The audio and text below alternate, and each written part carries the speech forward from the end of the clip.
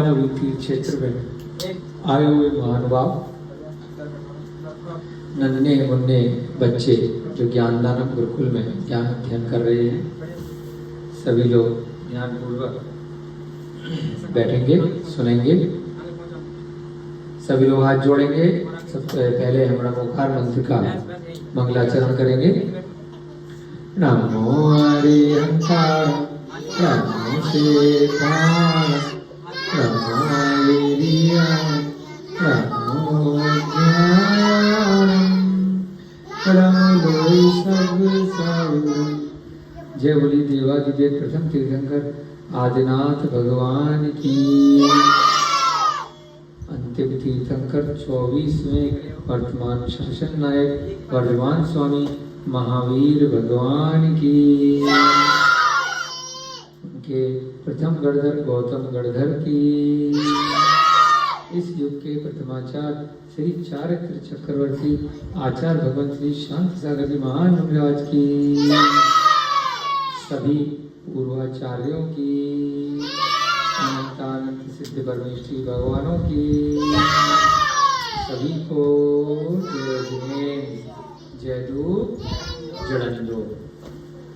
सभी प्यारे प्यारे छोटे छोटे बच्चे हैं, बड़े लोग भी हैं। आप सभी लोग बहुत पुण्योदय से यहाँ ज्ञानावर्णी कर्म का क्षयभूषण करने के लिए, स्वाध्याय करने के लिए उपस्थित हुए हैं। ऐसा भी कक्षा के प्रारंभ में हमारे विनय भैया जी शास्त्री जी ने भी कहा। अति उत्तम शब्द ज्ञानावणी कर्म का क्षयोत्सव। ज्ञान के ऊपर जो आवरण लग जाता है, आवरण माने पर्दा, कोई चीज ढक दी। अब आप लोग सोते हैं, सोते में चादर रजाई ओढ़ लेते हैं।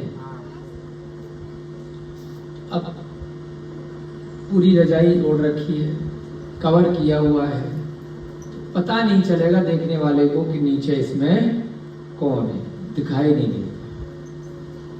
अब यहाँ पर भी पीछे पर्दा लगा हुआ नहीं, ये जो रैक है इधर भी कुछ पर्दा सा लगा है, कोई चीज छिप गई। अब ये नहीं पता कि इसके पीछे क्या है। ऐसे ही होता है ज्ञान का आवरण। ज्ञान के ऊपर पर्दा लग गया। तेरी बुद्धि पे पर्दा लगाया गया है, तुझे कुछ समझ में नहीं आता है तो मूर्ख है। बोलते हैं ना, कई बार डांटती है मम्मी पापा, गुरु, कोई भी टीचर। तेरी अकल घास चरने गई है। बुद्धि पे पर्दे को ही आवरण बोलते हैं। अब किसी चीज के ऊपर से आवरण हट गया तो वह अब दिखाई देने लग जाती है कि इसके पीछे क्या था। पर्दे के पीछे क्या है? पर्दे के पीछे, ऐसे गाने वाले में ना, तो पर्दे, तो पर्दे के पीछे क्या है, दरवाजे के पीछे क्या है? तो ज्ञानावर्णी कर्म होता है हमारी आत्मा में। 8 प्रकार के कर्म इस आत्मा के साथ जुड़े रहते हैं। ज्ञानावर्णी कर्म, दर्शनावर्णी कर्म, मोहनीय कर्म और अंतराय कर्म। ये 4 कर्म घातीय कर्म कहलाते हैं। आयु, नाम, गोत्र और वेदनीय, ये 4 कर्म अघातीय कर्म कहलाते हैं। इन 8 की 8 कर्म में सबसे प्रमुख होता है मोहनीय कर्म। जब हमें किसी भी वस्तु, व्यक्ति के प्रति राग और द्वेष पूरी तरह से समाप्त हो जाते हैं तो आत्मा में केवल ज्ञान की उत्पत्ति हो जाती है। मोहनीय कर्म समाप्त हो जाता है। उसी क्षण चारों की चारों कर्म जो ज्ञानावर्णी है, दर्शनावर्णी है, मोहनीय है और अंतराय, एक ही समय में इस आत्मा से हट जाते हैं। यानी कि ज्ञान के ऊपर से आवरण हट गया, पर्दा हट गया, चादर हट गई, रजाई हट गई, तो अंदर अब क्या रह गया? ज्ञान प्लस आवरण, उसमें से माइनस कर दिया आवरण, तो क्या बचा? ज्ञान। ज्ञानचंद जैन नाम है ना आपके भाई। ज्ञान में प्लस क्या था? आवरण, माइनस क्या कर दिया? आवरण, तो रह क्या गया? बराबर ज्ञान। अब केवल ज्ञान ही ज्ञान आत्मा में रह गया। तो अब ज्ञान रह गया, हमने क्या बोला? ज्ञान ही ज्ञान केवल आत्मा में रह गया, तो क्या रह गया? केवल ज्ञान। तो इसी को बोला अब ज्ञान के अलावा और कुछ नहीं है, उसी को बोला केवल ज्ञान, कि अब बस अकेला ज्ञान है इस आत्मा के पास, ज्ञान के अलावा अब कुछ नहीं है फालतू की चीज। आवरण में क्या था? बहुत सारी फालतू की वेस्टेज मटेरियल था। आप बिजली का काम करते हो ना, एक तार होता है, एक होता है नग्न तार, एक होता है कवर वाला तार, नंगा तार और ऊपर से कवर वाला तार। तो असली काम क्या कर रहा है? अंदर का तार। जब आपको एक तार को दूसरे तार से ज्वाइन करना है तो प्लास लेकर के हटाना पड़ता है ना, आवरण, छिलका। अभी आप मक्का छील रहे हो ना, तो काम की चीज क्या है रोहिता जी? दाने। ऊपर क्या था? छिलका। उसको हटाया ना, तब पता चला कि अंदर दाने हैं या नहीं है, सूखा है कि पका है, कच्चा। तो आवरण हटा दिया तो असली माल अंदर आ गया। इसी प्रकार से ज्ञानावर्णी कर्म, ये जब हट जाता है, इसमें से ज्ञानावर्णी कर्म नहीं हटाना है। क्या हटाना है? ज्ञानावर्णी कर्म से मात्र आवरण हटाना है ना।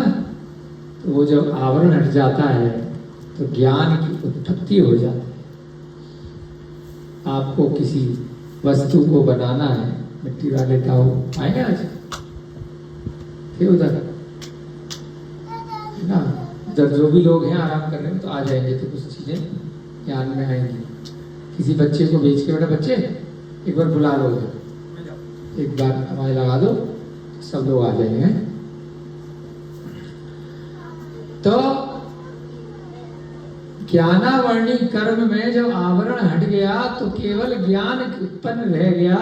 ऐसे ही कोई भी वस्तु है, मिट्टी के बर्तन है, कोई भी प्रतिमा इत्यादि बनानी है, एक पत्थर पकड़ा दिया, इससे कमल की रचना कर दो, इससे महावीर भगवान की प्रतिमा बना दो, इस पत्थर से कलश बना दो, एक लकड़ी का टुकड़ा दे दिया बड़ा सा, इससे अलमारी बना दो। इससे ज्ञान के ऊपर आवरण है, उसी प्रकार से किसी पत्थर के ऊपर आवरण है, उसमें अंदर से क्या निकालनी है? कमल निकालना है, भगवान महावीर निकालने हैं। किसी लकड़ी में से लकड़ी का टुकड़ा दे दिया और क्या निकालना है? कुर्सी, मेज, आसन। तो कैसे बनेगा? वो है लकड़ी को घिसना पड़ेगा, रेगमार से, रंधे से, आरी से, टुकड़े टुकड़े करके। ऐसे ही पत्थर को तराशना पड़ेगा। एक कहावत भी थी उर्दू की, हमने सुनी है, बुतों तारीफ है जिसने तुम्हें बनाया। बुत माने कोई पुतला, कोई प्रतिमा, कोई मूर्ति। बुतों तारीफ है जिसने तुम्हें बनाया, न तराशे तो पत्थर थे, तराशे तो भगवान निकले। साधारण पत्थर था, बहुत सारे पत्थर पड़े रहते हैं। जब किसी मूर्तिकार ने उसको तराश दिया, किशन जी बना दिया, महावीर बना दिया, नैमिनाथ बना दिया, चाहे शिव जी बना दिया, चाहे गणेश बना दिया, अपनी अपनी मान्यता के अनुसार, चाहे कोई देवी बना दिया।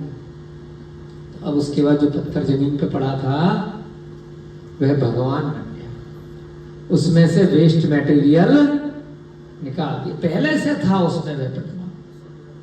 बाहुबली भगवान श्रवणबेल गोला में पहले से थे। उस पहाड़ पे मूर्तिकार ने क्या किया?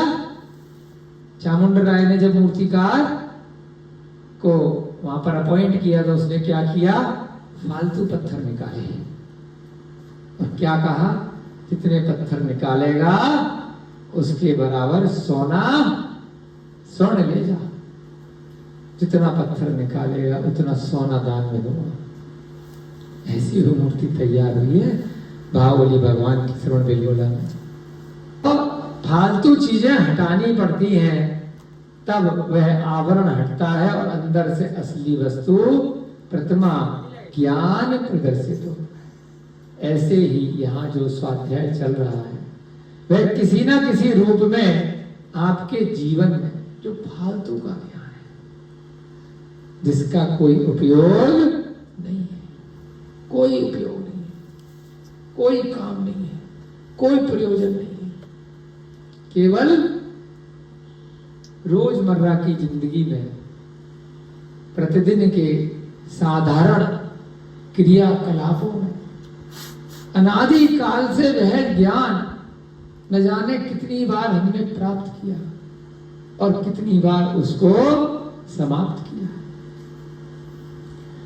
धार्मिक दृष्टि से, आत्मा की दृष्टि से, मोक्ष प्राप्त करने की दृष्टि से, इस संसार से निकलने की दृष्टि से उस ज्ञान का, उस कला का कुछ भी प्रयोग नहीं है। केवल धनोपार्जन करना, रोटी, कपड़ा और मकान, ये तीन जरूरत की अति उपयोगी वस्तुओं के लिए बस वह ज्ञान प्राप्त किया, सांसारिक ज्ञान प्राप्त किया। गृहस्थ जीवन में धर्म, अर्थ, काम और मोक्ष चार पुरुषार्थ होते हैं। अर्थ और काम ये दोनों सांसारिक हैं। धर्म और मोक्ष धीरे धीरे करके आपको कल्याण के मार्ग पर ले जाते हैं। आपने मान लीजिए कैमरा चला रहे भैया जी, कैमरा चलाना सीखा धनोपार्जन करने के लिए। यहाँ तो धनोपार्जन नहीं हो रहा, सेवा से कर रहे हैं, धर्म के लिए कर रहे हैं। तो हो सकता है कैमरे के बहाने से इनको स्वाध्याय सुनने को मिल रहा है और कल्याण मार्ग पर धीरे धीरे इनके भी विचार आगे बढ़ रहे हैं। परंतु 99% से भी अधिक कार्य इस संसार में चारों गतियों के जीव अधिकांशतः 100% नहीं, क्योंकि बहुत सारे लोग 6 महीने 8 समय में मोक्ष प्राप्ति भी कर रहे हैं और उसके अतिरिक्त सम्यक दर्शन की प्राप्ति भी कर रहे हैं और इस मार्ग में किसी न किसी रूप में लगे हुए हैं। तो बाकी लोग अनादि काल से, हम भी पिछले भवों में, अनंत भवों में इसी संसार मार्ग में लगे हुए थे। तो उस संसार मार्ग में व्यवहारिक शिक्षा, व्यवहारिक ज्ञान जितना भी होता है वह हम अगले ही पल भूल जाते हैं। जैसे उसका कार्य पूरा हुआ और वह भूल जाते हैं। 1 हफ्ते पहले आप कितने रुपए की सब्जी लाए थे? है मेरे भैया 80 रुपया किलो टमाटर। कल कितने की लाए थे? नहीं, खाली टमाटर लाए थे। आज कितनी तारीख है? 25। 18 तारीख को आप कहां गए थे? भैया सारे से कह रहे हैं याद। 18 तारीख को आप क्या क्या सब्जी लेकर के आए थे? नहीं याद। उस दिन 18 तारीख को कितने बजे नहाए थे? नहीं याद। अनुपयोगी है, रोज कर रहे हो वही काम। 18 तारीख को किस किस से फोन पे बात हुई थी? कौन कौन मिलने आया था? खाने में क्या खाया था? उपयोगी होता तो याद रहता। आज भी आपका जन्मदिन कब होता है? याद है ना? है? कैसे याद है? उपयोगी है, कुछ घटना है। शादी कब हुई थी? 11 तारीख। कौन से महीने में? याद है। पत्नी का क्या नाम है? पल्लवी। कुछ कुछ बातें जो बार बार लंबे समय तक याद रहे। पिछले जन्म में शादी कब हुई थी? नहीं। पिछले जन्म में तुम्हारा क्या नाम था? इस जन्म की कुछ कुछ उपयोगी घटनाएं हमारी स्मरण शक्ति में रहती है, जिनका हर साल या हर महीने हमें काम पड़ता है, कुछ कुछ महत्वपूर्ण घटना। परंतु आत्मा की दृष्टि से पिछले जन्म में भी मेरी आत्मा थी, उससे पिछले में भी थी, उससे पिछले में भी थी, और इसमें भी है, और अगले में भी रहे। तो बस इस स्वाध्याय से यही थोड़ा जगाना चाह रहे हैं कि फालतू की चीजें जब हटने लगेंगी, तब जो आत्मा का ज्ञान है वह सामने आने लगेगा। बल्ब है ना यहाँ पे, बल्ब, इस बल्ब पे जरा जला, प्रैक्टिकल करो, है ना। बल्ब जलाया भैया जी ने, जल गया। अब इस पे हम एक कपड़ा डाल देते हैं। क्यों? एक बल्ब पे कपड़ा डाल देते हैं, आवरण डाल देते हैं, तो रोशनी आएगी क्या? नहीं आएगी। ये रोशनी छुप जाएगी, आवरण कर गया। जैसे ही वो कपड़ा हटा तो बल्ब के अंदर से जो प्रकाश था उसने कमरे को प्रकाशित कर दिया। जैसे ही ज्ञान के ऊपर आवरण था, आवरण हटा, तो आत्मा के अंदर जो प्रकाश था वह केवल ज्ञान ज्योति रूप में प्रकट हो गया। करोड़ों सूर्य, कितने करोड़ों, एक सूर्य नहीं, जितना एक सूर्य प्रकाश दे रहा है ना पूरे संसार को इस समय, यहां पर हमारे करोड़ों सूर्य जितना प्रकाश प्रत्येक आत्मा में है। पता है, अंदर से मेरी आत्मा में, आपकी आत्मा में, अरे करोड़ों सूर्य हैं, करोड़ों, एक दो नहीं। इतना तेज प्रकाश है इस आत्मा के अंदर, जैसे ही वह आवरण हटता है इतनी तेज प्रकाश होता है, इतना तेज प्रकाश कि जैसे करोड़ों सूर्य एक साथ प्रकाश दे रहे हैं। लेकिन उस आत्मा के प्रकाश में जैसे उष्णता होती है ना, सूर्य में जलते हैं, ऐसी उष्णता नहीं होती। देखने में बहुत मन को आनंद देता है, बहुत सुंदर लगता है।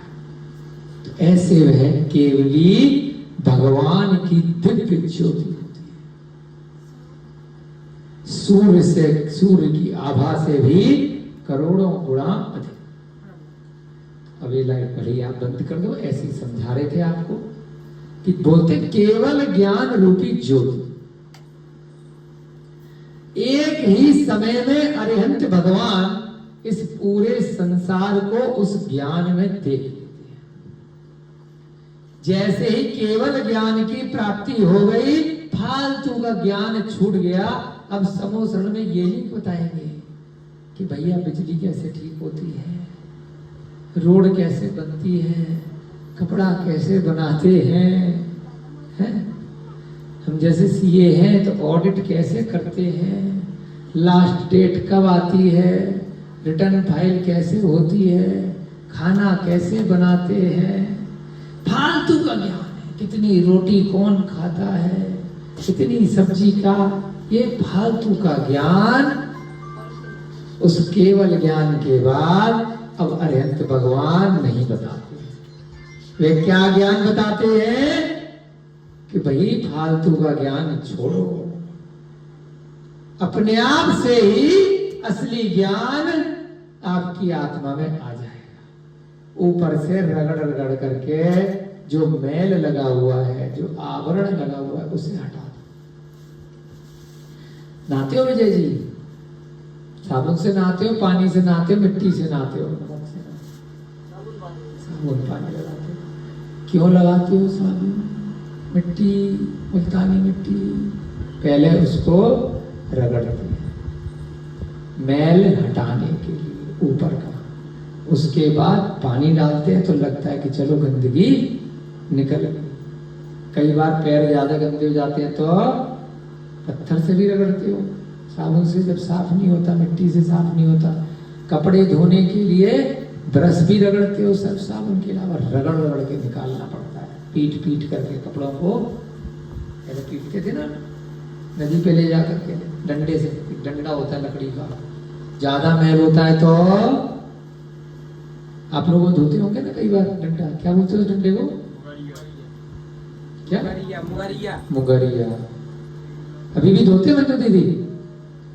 जब मैल ज्यादा होता है कपड़ों में तो पत्थर पे रख के पीटते।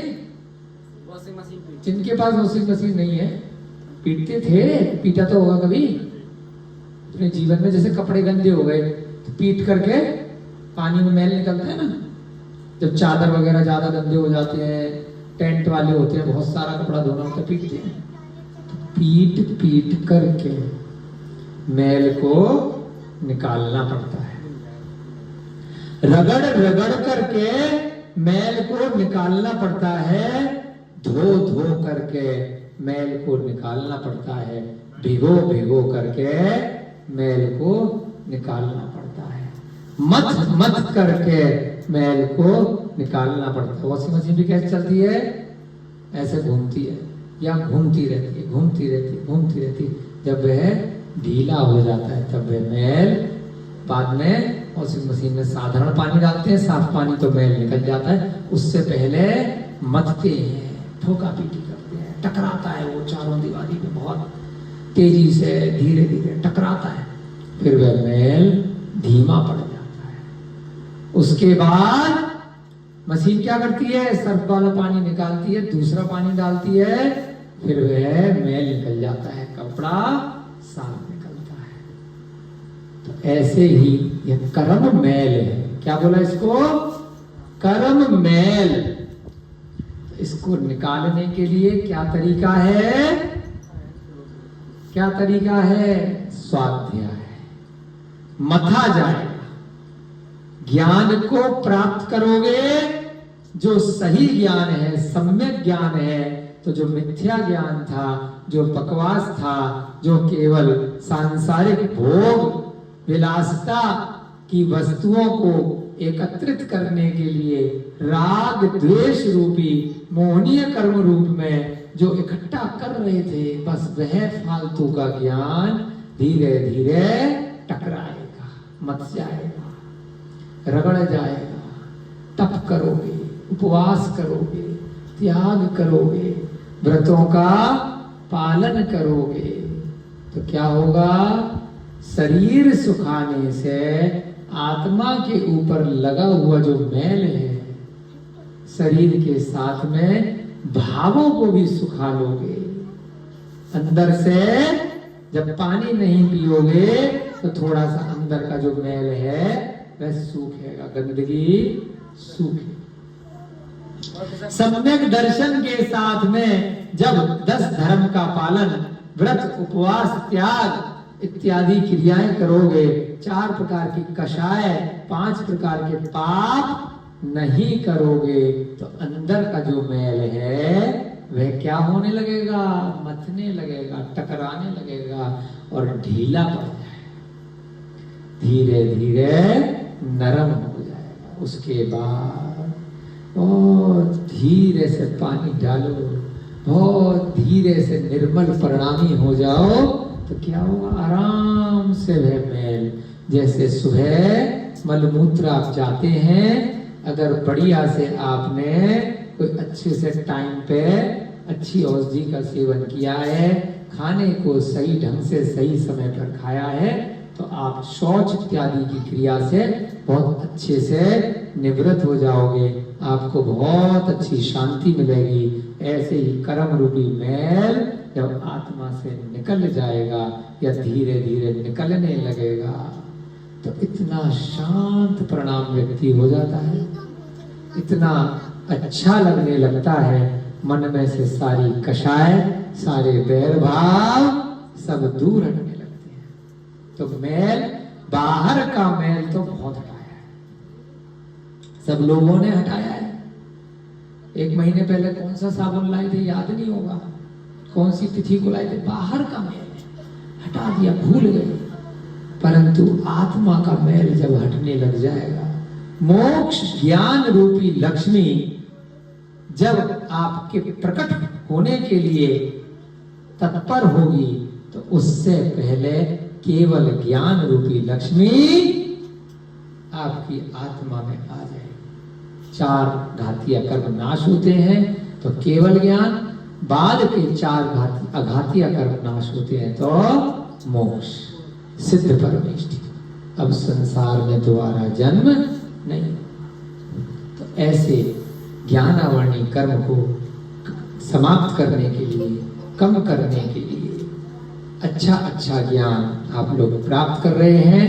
7 व्यसनों की चर्चा यहाँ पर अरहददास सेठ अपनी पत्नी कुंदलता को समझा रहा है। तो ये जो व्यसन पहले आप सुनेंगे, समझेंगे, जिसको अमल में लाना होगा, जिसकी आत्मा में करंट लगेगा, जिसको बल्ब को जलाना होगा, जिसको पर्दे को हटाना होगा, वह इन 7 व्यसनों से सुनते सुनते ही धीरे धीरे कोई तेज दूर हट जाएगा।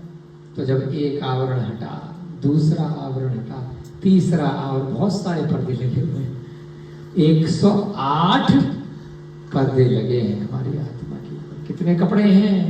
108। इसीलिए उन्हीं महाराजों के नाम के आगे क्या लिखते हैं? 108। आत्मा में कर्मों को आने के मार्ग 108 बताए हैं। तो उस प्रकार से ये आत्मा में कर्म आ जाते हैं, 8 कर्म। तो उनके द्वार को हमें रोकना है कि नए कर्म ना आए। उसको संवर कहते हैं। कर्मों का आना आश्रव कहलाता है और आकर बंध जाना बंध कहलाता है। जो आत्मा में कर्म आ गए, उन आत्मा में से उस मैल को निकालना, उसकी शुद्धि की क्रिया करना, बाहर करना। जो आत्मा में कर्म आकर के भर गए, मैला कुचैला उस वस्त्र को कर गए, तो वो मैल निकालना है। दाग अच्छे हैं, सर्फ से धोइए, है ना। कब तक अच्छे हैं? जब तक अच्छी कंपनी का सर्फ है। उसको रगड़ने के लिए ब्रश है और बहुत बढ़िया वॉशिंग मशीन है और लाइट भी आ रही है, तभी तो मशीन चलेगी। तो सारी की सारी चीजें एक स्थान पर एक समय पर जब होंगी तब मैल निकलेगा। ऐसे ही कर्म मैल निकालना है तो चिंतन भी करना पड़ेगा, स्वाध्याय भी करना पड़ेगा, मनन भी करना पड़ेगा, कषाय भी समाप्त करनी पड़ेंगी और व्रतों को भी धारण करना पड़ेगा। तो धीरे धीरे करके उस आत्मा से वे कर्म मैल निकलने लग जाएंगे और ज्ञान आवरणी कर्म में से आवरण हट जाएगा। तो 2 व्यसन की चर्चा कल अरहतदास सेठ ने करी थी। पहला व्यसन क्या था? कौन बताएगा? जुआ। कौन खेलता था? है चोर। कौन? रूप खुर नाम का प्रसिद्ध चोर। उनसे धर्म, लक्ष्मी, बुद्धि, सुख, सत्य, शौच, प्रतिष्ठा, श्रद्धा, विश्वास, सद्गति ये सब नष्ट हो गए थे। चोर भी सुन रहा है, राजा भी सुन रहा है, मंत्री भी सुन रहा है। अरहतदास सेठ अपनी 8 पत्नियों को बता रहा है। जुए के कारण से जो जो दोष लगे वे सब बताए। फिर बाद में दूसरा व्यसन लिया था मांस, नॉन वेज। खाते हो? कभी खाया? नहीं। अंकल जी ने कल बताया था, लेकिन अब नहीं खाते। कल एक और अंकल जी आए थे तो शाम को उन्होंने भी बताया कि हम भी मांस खाते थे पहले, नहीं खाया 6-7 महीने से, अब यहाँ पर आए हैं। तो हमने बोला था आटे का मुर्गा वाली किताब देना, पता नहीं किसी ने दी कि नहीं दी उन्हें। तो बड़े अच्छे से उन्होंने सुनी बातें, कह रहे अच्छा है, मिथिला गुरु तीर्थ क्षेत्र में आए हैं शायद यहाँ की कुछ वर्गणाएं लेकर के जाएंगे तो आजीवन मांस का त्याग करेंगे। शराब भी पीते थे वो, तो बोले शराब का भी त्याग करें। शायद, कंफर्म नहीं है, कहते तो बहुत है, लेकिन पीने वाले इतनी आसानी से नहीं छोड़ते। अनादिकाल से संसार चल रहा है, चलता रहेगा। मात्र 608 जीव ही सम्यक दर्शन को प्राप्त करते हैं, उतने जीव ही मोक्ष जा पाते हैं। तो हर एक कोई तो त्याग उपवास इतनी जल्दी नहीं करेगा। अपन ने भी बहुत जमाना लिया, बहुत भव लिए, तब जाकर के लुढ़क पटक करके इस जैन कुल में जन्म लिए। अब जन्म से तो शराब मांसाहार इन चीजों से दूर रहे। अनजाने में बहुत सारी चीजें जो मिलकर के खाद्य पदार्थों में आ गई, रात्रि भोजन में आ गई, या फिर जो बाजार का पैकेट वाला खाना नियम लेने से पहले खाया। इसी जन्म में हमने खाया, 10 साल पहले तक खूब खाया। ये ज्ञान प्राप्त करने से पहले तो उसमें कितना दोष लगा। त्रस जीवों की हिंसा। मांस भक्षण में 2 प्रकार के जीव बताए अरहदास सेठ ने, त्रस जीव और स्थावर जीव। इन ग्रंथों के माध्यम से कुछ कुछ शब्द आपके कर्ण इंद्रिय के माध्यम से जाएंगे। बार बार सुनोगे तो पक्के हो जाएंगे। यह जो स्वाध्याय का ज्ञान है, ध्यान रखिएगा। आप अगले जन्म में, गुलाबचंद जी, इस जन्म का नाम भूल जाओगे। इस जन्म में कहां पैदा हुए थे वो भूल जाओगे, कहां काम किया था वो भूल जाओगे, क्या काम किया था वो भूल जाओगे, गौरव भैया को भूल जाओगे, अपने माँ बाप को भूल जाओगे। लेकिन ये जो ज्ञान यहाँ चल रहा है, पिछले 1 हफ्ते से आयो ना, गारंटी से लिख लेना, अगले जन्म में याद कर लेना। मुझे भूल जाओगे, किताब का नाम भूल जाओगे, इस स्थान को भूल जाओगे, लेकिन ये ज्ञान आपने प्राप्त कर लिया। अब एक बार सम्यक ज्ञान आपको हो गया, मोक्ष तक नहीं रुकेगा। ध्यान रखना। क्यों? क्योंकि जैसे जन्मदिन की डेट याद थी ना, जैसे शादी की डेट याद थी इस जन्म की, ये जो ज्ञान है यह मोक्ष की सीढ़ी है। यह मोक्ष तक आपका अब भूलने नहीं वाले हैं, क्योंकि ये ज्ञान परिवर्तित नहीं होगा, इसको बदला नहीं जा सकता। भूलना क्या है? 1 हफ्ते पहले टमाटर लिए थे, कल तोरई ली थी, परसों लौकी ली थी, उससे 1 दिन पहले कद्दू लिए थे, आज शाम को जो मंडी में मिलेगा वो लेंगे, कल पता नहीं क्या मिलेगा। क्योंकि बार बार चेंज हो रहा है। रोज जो खा रहे हो अगले दिन कुछ और खा रहे हो, भूल जा रहे हो। शादियां पता नहीं कितनी करी, कितने जन्म में, सारी पत्नियां बदल गई, बच्चे बदल गए, परिवार बदल गया, स्थान बदल गया, खाना पीना, रोटी कपड़ा, जितने भी वस्तुएं हैं, जितने भी द्रव्य हैं, जो भी आपके जीवन यापन के लिए थे, सब भूल गए। कितनी बार कपड़े पहने, कितनी बार खरीदे, कितनी बार बेकार किए, सब भूल गए, क्योंकि बार बार बदल रहे। जिस चीज की पर्याय बार बार बदली जा रही है, वह पर्याय भूलने के लिए होती है। और जो वस्तु, जो द्रव्य शाश्वत है, जो कभी परिवर्तित नहीं होगा, जो निश्चित है, वह ज्ञान आप चाह करके भी नहीं भुला सकते। गंगा जी, पेंट भूल जाओगे पिछले 10 साल में कहां कहां किया था। 6 साल जहां रह करके आए हो, 6 साल के सारे दिन याद नहीं है, कुछ मुख्य मुख्य बातें याद होती।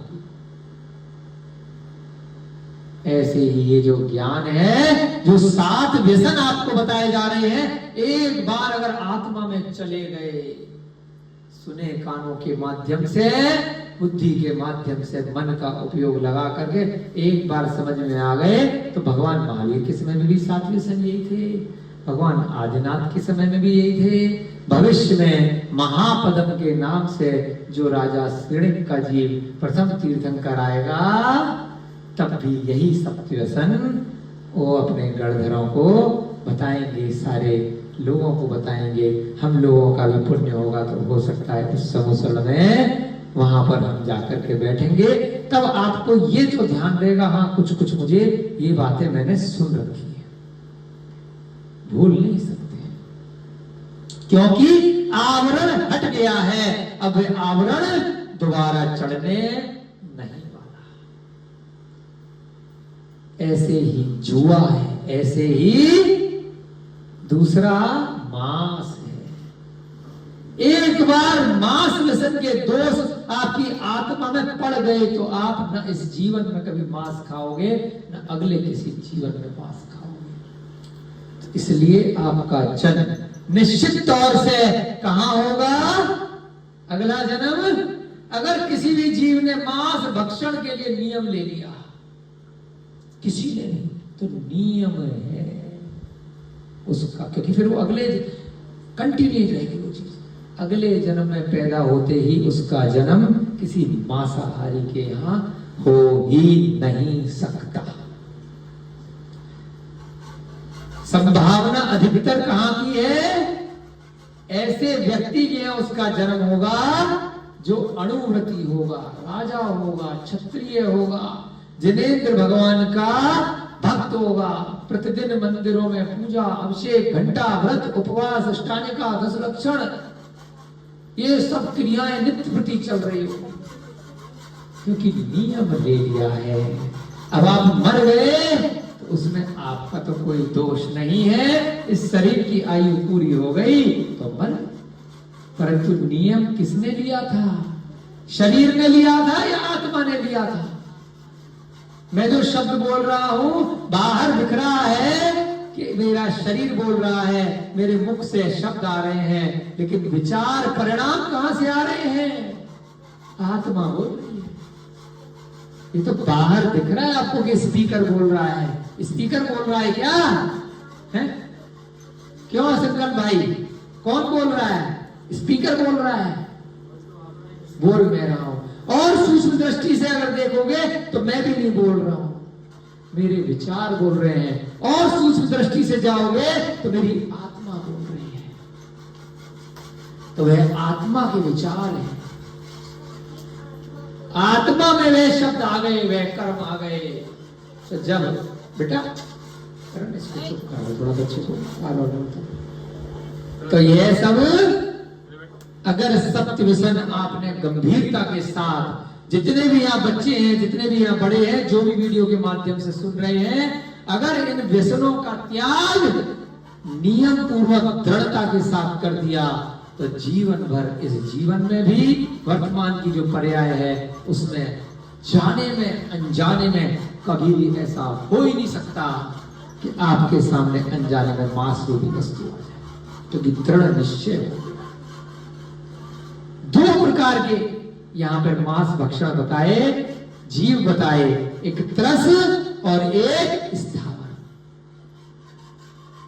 त्रस जीव और स्थावर जीव, ये संसारी जीवों के अंदर 2 प्रकार के जीव पाए जाते हैं। स्थावर जीव होते हैं 1 इंद्रिय, 2 इंद्रिय, 3 इंद्रिय, 4 इंद्रिय और 5। ये 5 प्रकार के 5 इंद्रिय जीव होते हैं, जिसमें स्थावर के अंदर फिर से 5 प्रकार के जीव आते हैं।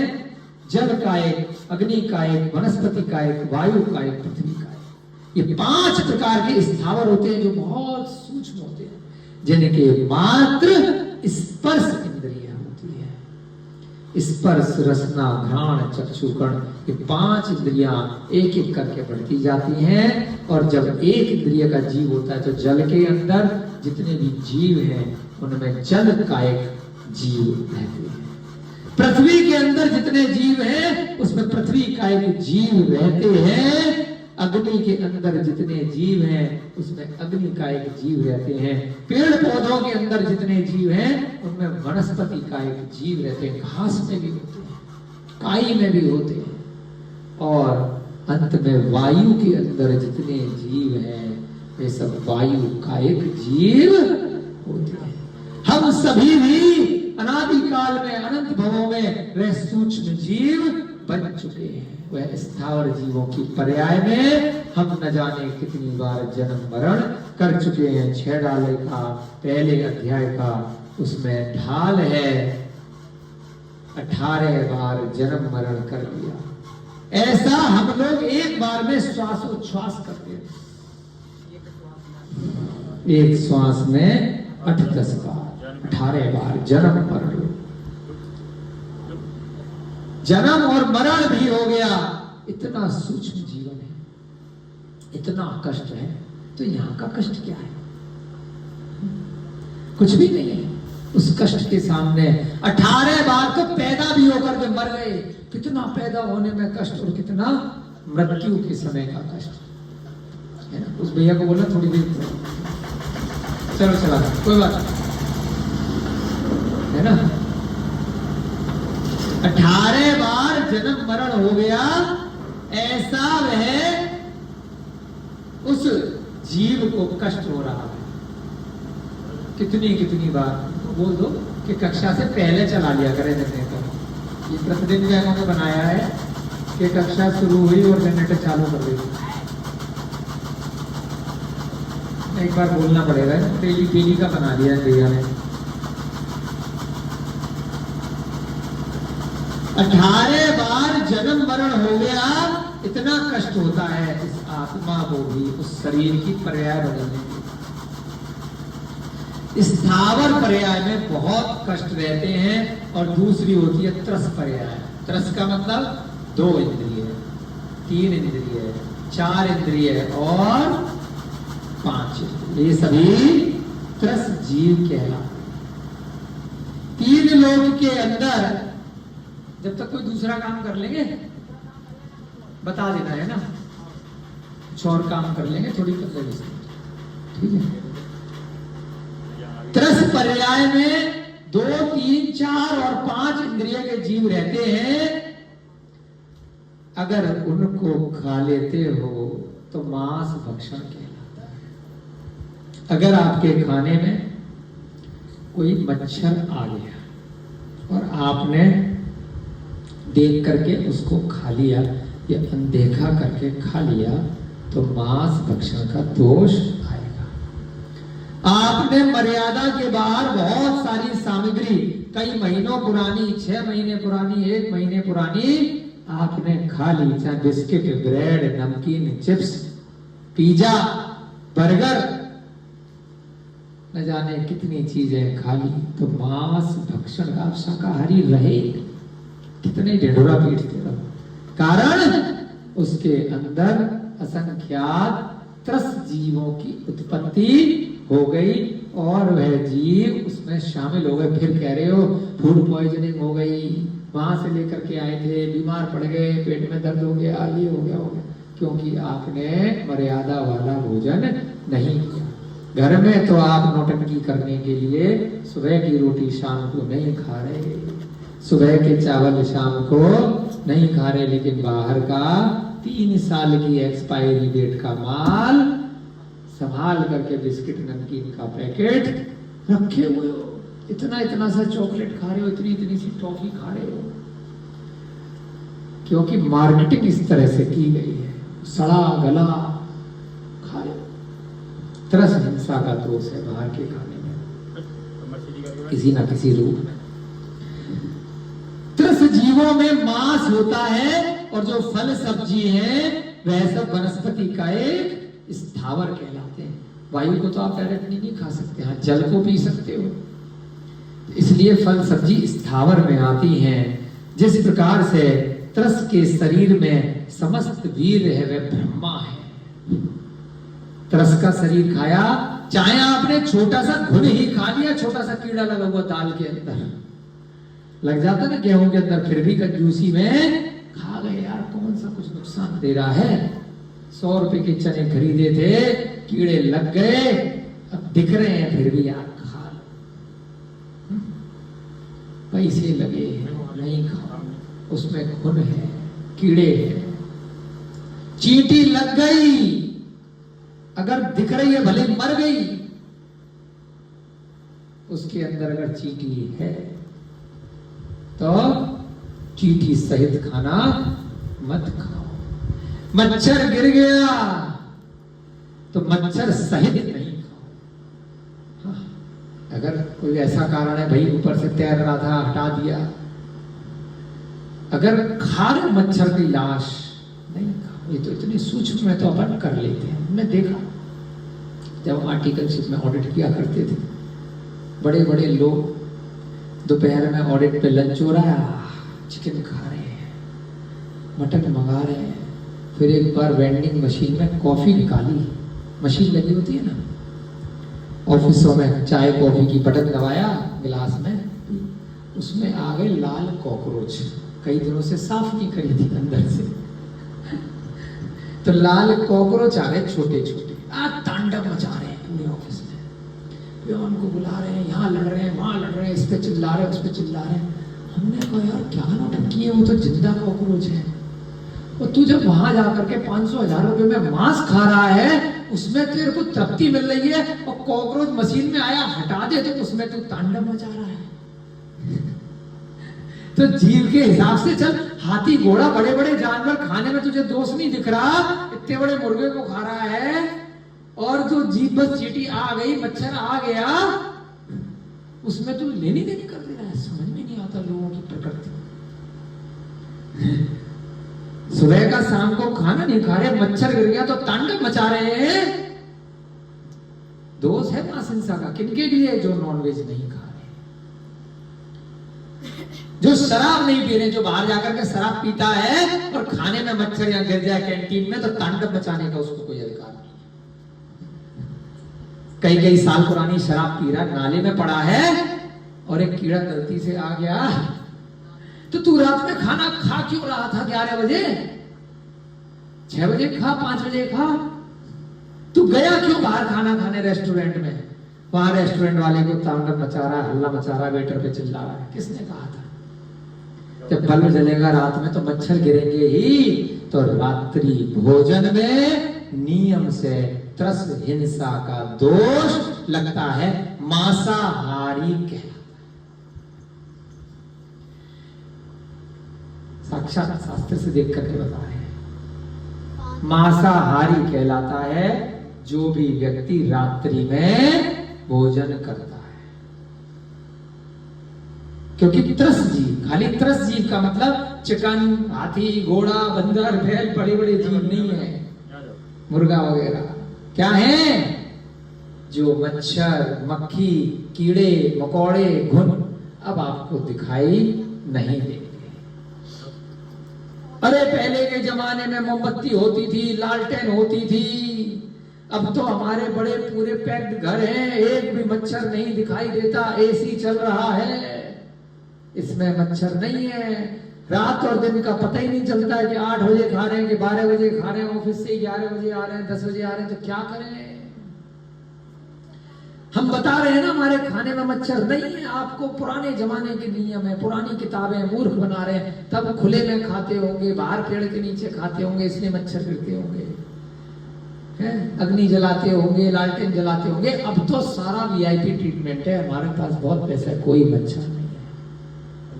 भले ही आपने बंद घर के अंदर, एसी के अंदर, गाड़ी के अंदर पैक बिल्कुल करके अगर रात्रि में भोजन किया, तब भी मांस हिंसा का दोष है।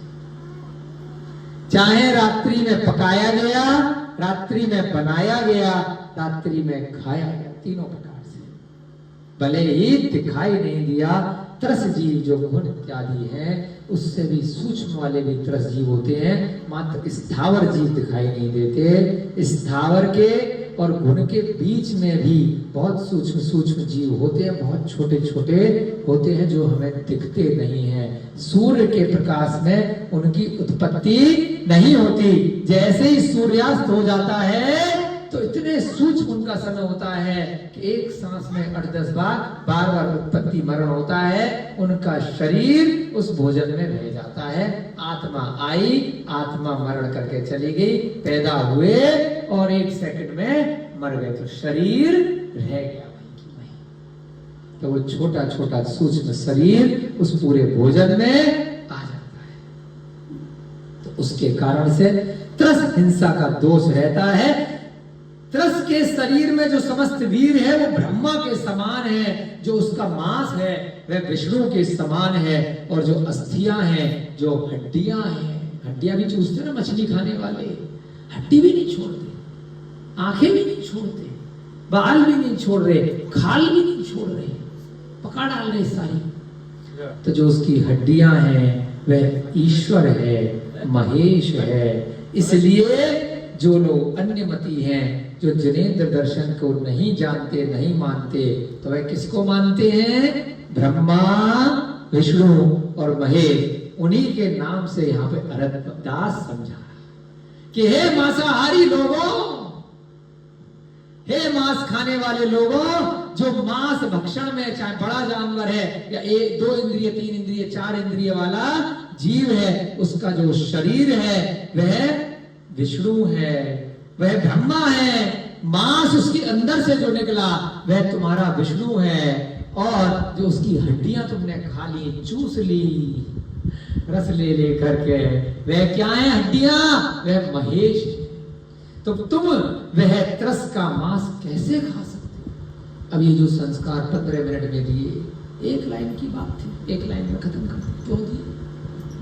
रगड़ना है, मैल को छुटाना है, रगड़ रगड़ के, धो धो करके कि दोबारा नहीं लगे, कपड़ा फट जाए, ना कपड़ा रहेगा ना मैल लगेगा।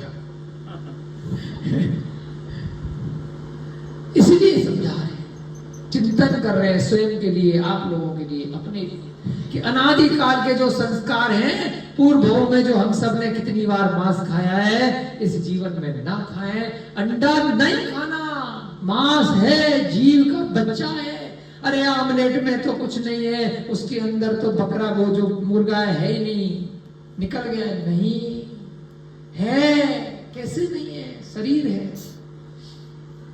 बनने वाला है, उसके अंदर वह जीव तत्व आ चुका है, पंचेंद्रिय जीव आ गया है उस अंडे के अंदर।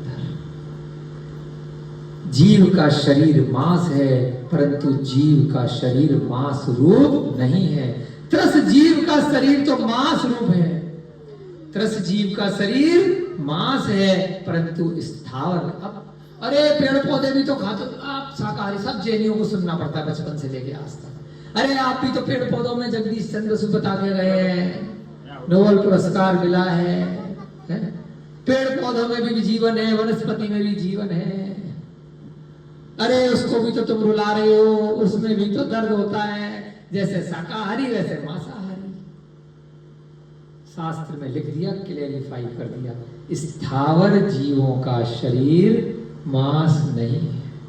जल को पीना है, लेकिन उसमें से त्रस जीव निकालो जो दिखाई नहीं दे रहे। बार बार बोल रहे छन्ना छानने में क्या है, अभी बताया ना, जो एक इंद्रिय जल के अंदर जीव है और उसके ऊपर वाला जो त्रस जीव है, उसके बीच की जो कड़ी है, छन्ने में वो निकल गई, जो दिख निकली। उसके बाद जो प्रासुक कर लिया, उसको जब गर्म कर लिया, उसमें हल्की सी लौंग इत्यादि, चूर्ण इत्यादि कोई भी पाउडर डाल दिया, तो 24 घंटे तक अब उसकी पर्याय बदल गई उस जल की। अब वह प्रासुक हो गया। अब इस जल में त्रस जीव अगले 24 घंटे नहीं पड़ेंगे। त्रस जीव माने 2, 3, 4 इंद्रिय के जीव अब नहीं पड़ेंगे।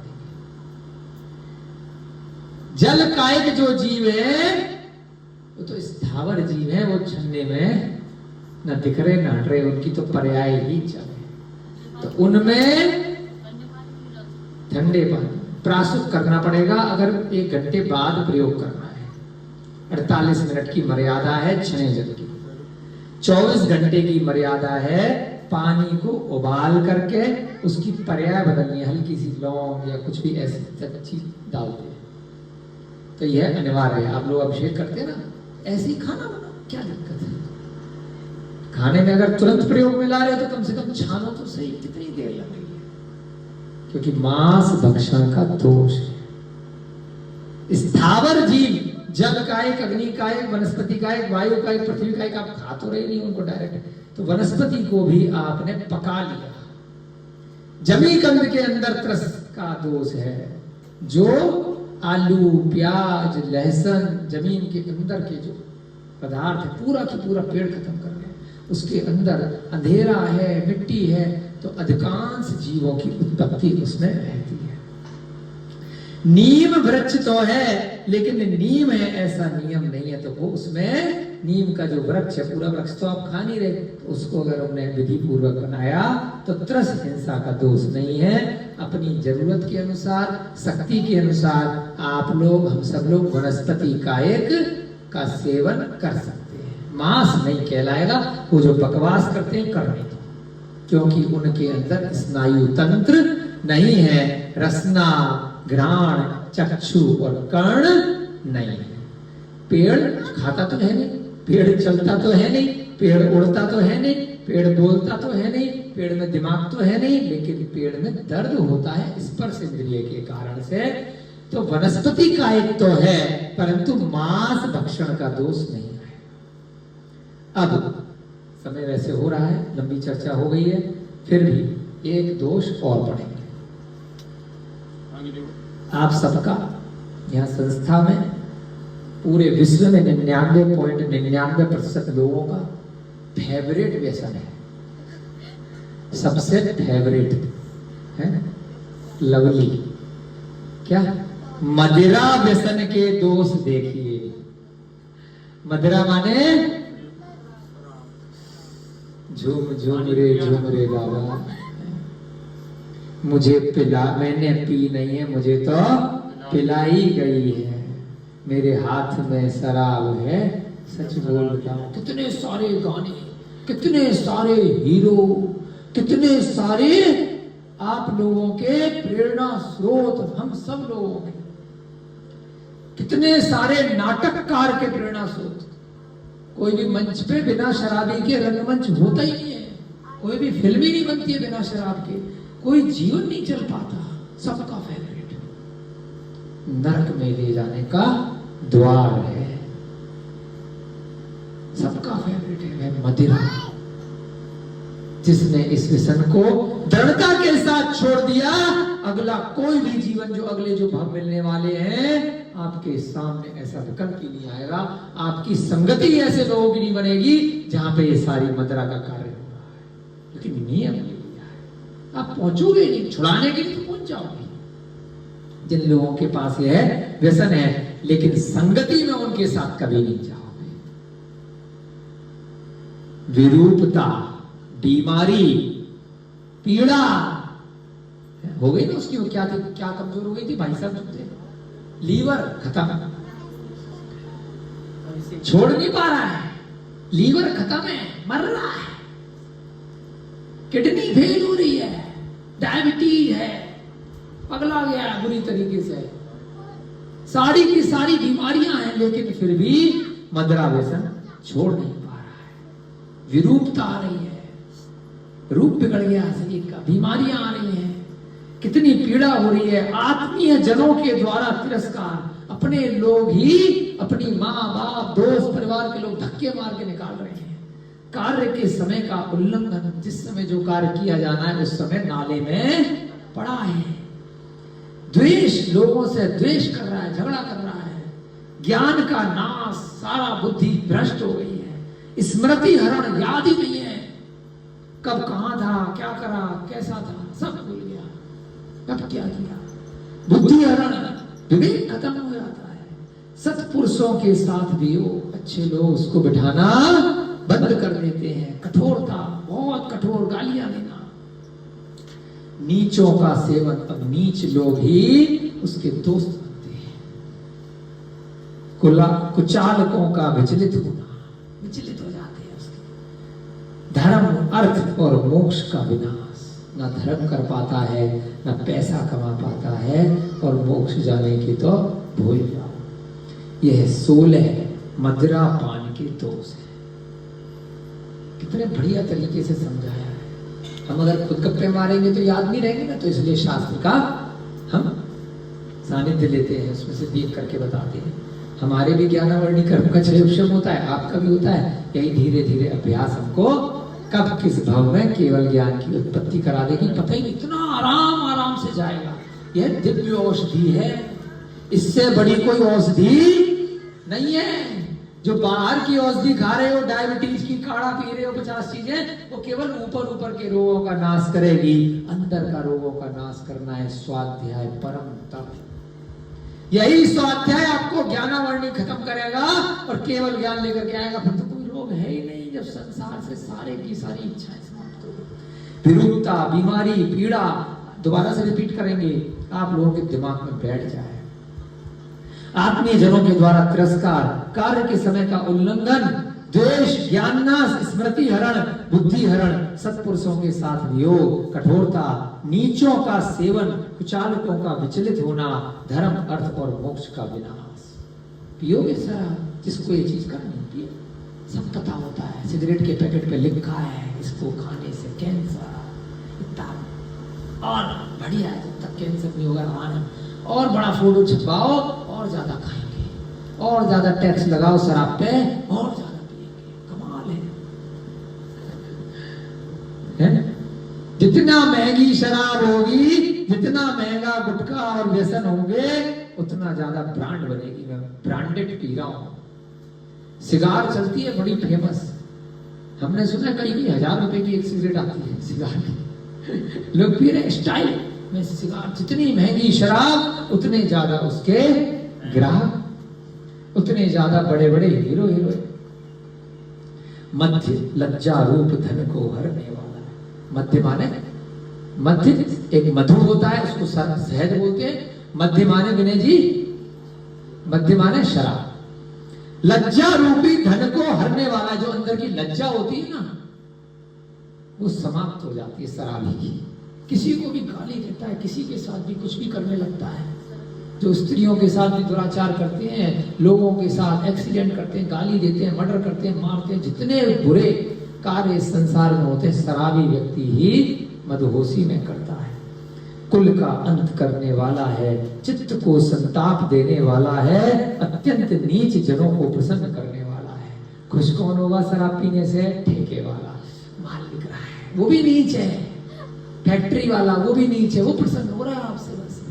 या जिसको आप फ्री में पिला रहे हो, जब मिल बैठेंगे 3 यार, वही यार प्रसन्न हो रहे हैं। कंपनी वाला, उसमें आता ना कंपनी का नाम, मैं और तुम पियो और मैं हीरो पियो।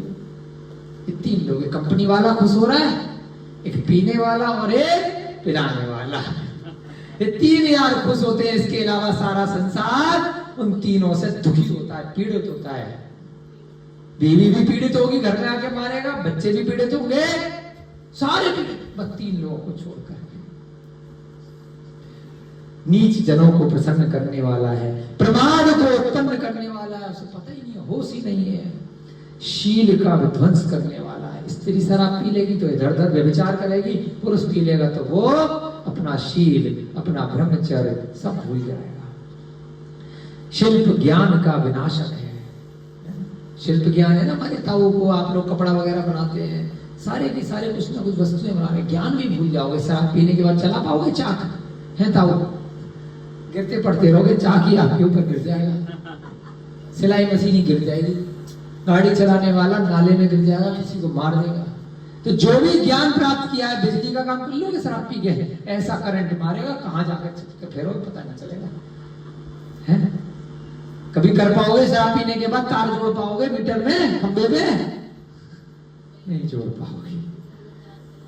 विनाशक है आपके सारे शिल्प ज्ञान का। स्मृति को हरने वाला है, पवित्रता का सर्वथा नाश करने वाला है। इस प्रकार दोषों के हजारों मार्ग, गिनती नहीं है, 16 तो प्रमुख मार्ग बताए, परंतु शराब पीने वाला हजारों दोष वाले काम करता है ना? समझ गए? शराब के अलावा जो वो भी करते हैं ना, क्या गुटखा खैनी नहीं, वो जो घिसते हैं, ड्रग्स और दवाइयां वो करते हैं ना, गोलियां खाते हैं, उसको क्या बोलते हैं? भांग, ये सब नशे की वस्तुएं हैं। इन सबका यही हस्र होता है। फिर किस कारण से मद्य को पीना चाहिए, अर्थात किसी कारण से नहीं पीना चाहिए। पहले उन्होंने दोष बताया रविदास ने, फिर अपनी पत्नियों को बताया कि नहीं पीना चाहिए। पता किसके प्रसंग रहा है? उस चोर के, सत्यव्यसन राज, उनके माध्यम से अपने यहां शिक्षा दे रहा है। मध्य सब दोषों में प्रमुख है, सारे दोषों का बाप है। अधर्म को उत्पन्न करने वाला है, लज्जा और स्मृति का विध्वंस करने वाला है, धन का भी नाश कर देता है। शराबी आदमी सारा धन जुए में यहाँ वहां खो देता है। व्यवहार बनाने वाला है, बुद्धि भ्रष्ट हो जाती है, व्यवहार चित्त हो जाता है। मूर्ख मनुष्य ही सदा इसका सेवन करते हैं। शराब का सेवन कौन करता है? आप समझदार हो या मूर्ख हो? क्यों गुलाब चंद जी, इस बेटी का क्या नाम है? नैया ये जो राखी, रानी, रानी, वाह रानी। बेटा मूर्ख हो या समझदार हो? समझदार था। चलो इतना तो समझ में आ गया ना कि समझदार अच्छा होता है। तो शराब मूर्ख लोग पीते हैं कि समझदार लोग पीते हैं? पियोगे कभी? बताओ। ऐसा नियम लो, आत्मा से नियम लो, शरीर से किसी के कहने से नियम मत लो। ऐसा नियम लो कि इस जीवन में, अगले किसी भी जीवन में आपके आसपास शराब गलती से भी नहीं आए। मूर्ख मनुष्य जिसका सेवन करते हैं, जिसे पीकर पर स्त्री सेवन करते हैं। दुर्भावना मन में कब आती है? शादीशुदा होने के बाद भी अन्य स्त्रियों पे फिल्मी दुनिया देख करके, सड़क पे देख कर, यहाँ देख करके किसका मन ललचाता है? शराबी का। पर पुरुष देख करके किसका मन ललचाता है? शराबी स्त्री का, है ना? उसके अंदर के विकार आने लगते हैं। चोरी करने के लिए गमन होता है। पैसा कम है तो भैंस चोरी करने वाले ने बोला कि मैंने 6 बोतल शराब पी थी, मेरी गलती नहीं है, वो छोड़। पता चला, इंक्वायरी फैलाई, कहता मेरी गलती नहीं, मैंने चोरी नहीं करी थी, पता नहीं किसको दे आया, मैंने तो 6 पैक शराब पिए थे। अब भूल लो, मैंने नहीं पी, मैंने चोरी नहीं करी, शराब ने करी है, शराब से पूछो। कमाल है। मैंने एक्सीडेंट नहीं करा, शराब ने किया है। मैंने दुराचार नहीं किया, शराब ने किया है। मैंने चोरी नहीं करी, मैंने मतलब जो व्यसन है, जो गलत, मैंने मर्डर नहीं किया, शराब ने किया है। वो सामने वाला मर गया, कार चलाते में, ट्रक चलाते में, मैंने नहीं मारा, शराब ने मारा है। तो पीने कौन गया था? पीने तो तू ही गया था। इसका मतलब तुझे पहले से पता होना चाहिए था कि ये काम गलत होने वाला है। शराब पीने के बाद चोरी करने के लिए गमन होता है। हिंसा, झूठ और व्यर्थ का बकवाद आदि दोषों के समूह स्वयं आ जाते हैं। वो शराबी व्यक्ति हिंसा भी करता है, पत्नी को मारता है ना, कहते हैं ना डोमेस्टिक वायलेंस, मार रहे, बहुत सारे केसेस चल रहे हैं। अधिकतर केसेस में वही पति मारता है या वही पत्नी पति को मारती है सामानों से, जो दोनों में से एक शराबी होता है या किसी न किसी व्यसन से ग्रसित होता है। वह हिंसा भी करता है, चिंता को भी बढ़ाता है, शरीर को भी दुर्बल कर देता है। ऐसा हो जाता है शराबी आदमी, है हो गए ना राजेश जी। विघ्न और अदया, अब वो किसी पे दया नहीं करता, उसके जीवन में हमेशा विघ्न आते हैं। क्रूरता को उत्पन्न करने वाला होता है, बहुत क्रूर हो जाता है, मारता है लोगों को, गालियां देता है, अपशब्द बोलता है। स्नेह को भी छेदने वाला है। आपने पिछले जीवन में पिए तो देखो आपको कितना गुस्सा आता होगा उस समय, है ना? अब देखो कितने शांत परिणाम। स्नेह को छेद, अब स्नेह नहीं रहता है, अर्थ का नाश हो जाता है, सब धन संपत्ति चली जाती है। अत्यधिक क्लेश को प्राप्त करने वाला है और गुणों से रहित है। ये चीजें आपको स्कूल में नहीं पढ़ाएंगे। चाहे 12वीं की कक्षा तक आप सारी स्कूल में चले जाओ, चाहे MBA कर लो, चाहे इंजीनियरिंग कर लो, चाहे डॉक्टरी कर लो, चाहे CA कर लो, बड़े बड़े आप कोर्स कर लो, ये चीजें पहली कक्षा से पढ़ाना जरूरी है। और अंतरात्मा में पढ़ाना जरूरी है। जिसने ये चीजें पढ़ ली, व्यवहारिक ज्ञान तो वैसे ही आ जाएगा। इतना धन संपत्ति, वैभव, सुख, समृद्धि सब आएगी। ये ज्ञान लो, ये कोई धार्मिक ज्ञान नहीं है। जीवन जीने की कला, जीवन को कैसे जियो, जीवन के साथ और जीवन के बाद कैसे जीना है, कैसे रहना है, वो सब ज्ञान तो रुपया पैसा कमाना भूल जाना है, भूल जाओगे। लेकिन ये ज्ञान आत्मा में आ गया कि शराब पीने में क्या दोष है, तो कभी हाथ नहीं लगाओगे। अंतरात्मा से नियम लोगे, किसी के कहने से अब नियम नहीं। तुम्हारे बेटा खड़ा हो जा, सप्रेशन के त्याग का नियम ले ले, टीका पहना दिया, माला पहना दी, ताली बजा दी, सीढ़ी दे दी, वो काम नहीं है। किस आदमी ने त्याग कर दिया ना, क्या करना है? फोटो खिंचाने से क्या होगा? आपको अंतरात्मा से त्याग करना है, अपनी आवाज सुननी है, चाहे बच्चे हो या बड़े हो। मैंने कभी शराब हाथ नहीं लगानी, तो कभी आपका ऐसा निमित्त ही नहीं बनेगा, ऐसा कारण ही नहीं बनेगा कि ऐसे व्यसनों की आपको संगति मिलेगी, कभी मिल ही नहीं सकती। पृथ्वी तल पर वे मनुष्य धन्य हैं और वे ही प्रतिदिन वंदनीय हैं जिन्होंने बंधन रूप दोषों से भरे हुए मध्य का सदा के लिए त्याग कर दिया है। किसी भी रूप में अल्कोहल का त्याग जिन्होंने किया है। कोरोना आया, खूब टीवी पे ऐड आए, खूब सरकार ने कहा सैनिटाइजर लगाओ, सैनिटाइजर लगाओ। हमने कहा सैनिटाइजर क्या होता है दिखाओ। मोदी जी कह रहे सैनिटाइजर लगाओ, मंत्री जी कह रहे, टीवी पे डॉक्टर कह रहे, सारी दुनिया कह रही है। हमने कहा है क्या? देखा तो 85% शराब है। क्या धंधा चल रहा है? सैनिटाइजर लगा के खाना खाओ। हर चीज सरकार अगर कह रही है तो सही नहीं है। पूरा विश्व कह रहा था, हमने कहा नहीं करेंगे। क्यों? निमित्त मिला ही नहीं, नियम था हमारा। इसलिए पढ़ लिया कि सैनिटाइजर, हमने कभी शब्द ही नहीं सुना था जीवन में कि क्या होता है क्वारंटाइन, क्या होता है सैनिटाइजर। लेकिन निमित्त नहीं बन पाया, हाथ नहीं लगाया, कोई गलती से ले आया तो फेंकवा दिया। क्या है देखो 85% अल्कोहल साफ साफ लिखा है, पढ़ ही नहीं रहे हो। आप हाथ से पहले शराब से हाथ धोगे फिर खाना खाओगे। बुद्धि भ्रष्ट हो गई है। अरे सरकार कह रही है, वो कह रहा है, ये कह रहा है, ऐसे थोड़ी होता है। हर चीज में आपका निमित्त ऐसा बनेगा कि आपको दूसरे कितने भी लोग चिल्लाएं, कितने भी लोग कुछ कहें, लेकिन आप अपनी जांच पड़ताल करोगे। जिन्होंने वंदनीय कौन है इस संसार में? जिन्होंने बंधन रूप दोषों से भरे हुए मध्य का सदा के लिए त्याग कर दिया, हमेशा हमेशा के लिए। आज आपका थोड़ा सा लंबा क्लास चली, क्योंकि बीच बीच में कुछ और भी प्रसंग आए यहाँ पर। कल हम पढ़ेंगे वैश्याविसन के दोष। किसके दोष? वैश्याविसन के। आज हमने पिछले 2 दोष देखे और नया शराब के दोष को हमने समझा।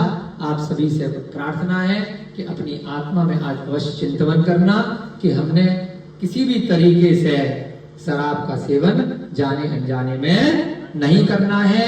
कभी भी त्रस जीवों की जिस भी भोजन में उत्पत्ति हो रही है, ऐसे त्रस भोजन को हमने नहीं करना है। जितना संभव हो हमने जमी कंद को छोड़कर, भार के खाद्य पदार्थों को छोड़कर प्रासुक शुद्ध भोजन करना है। रात्रि भोजन जितना संभव हो नहीं करना है। पंचुदंबर फल, बड़ पीपल पाकर, उमड़ कठुमर, अंजीर इत्यादि का त्याग हमने करना है। इन्हीं भावनाओं के साथ जय बोली महावीर भगवान की, अनंत सिद्ध परमेष्ठी भगवानों की, सभी को जय जिनेंद्र जय।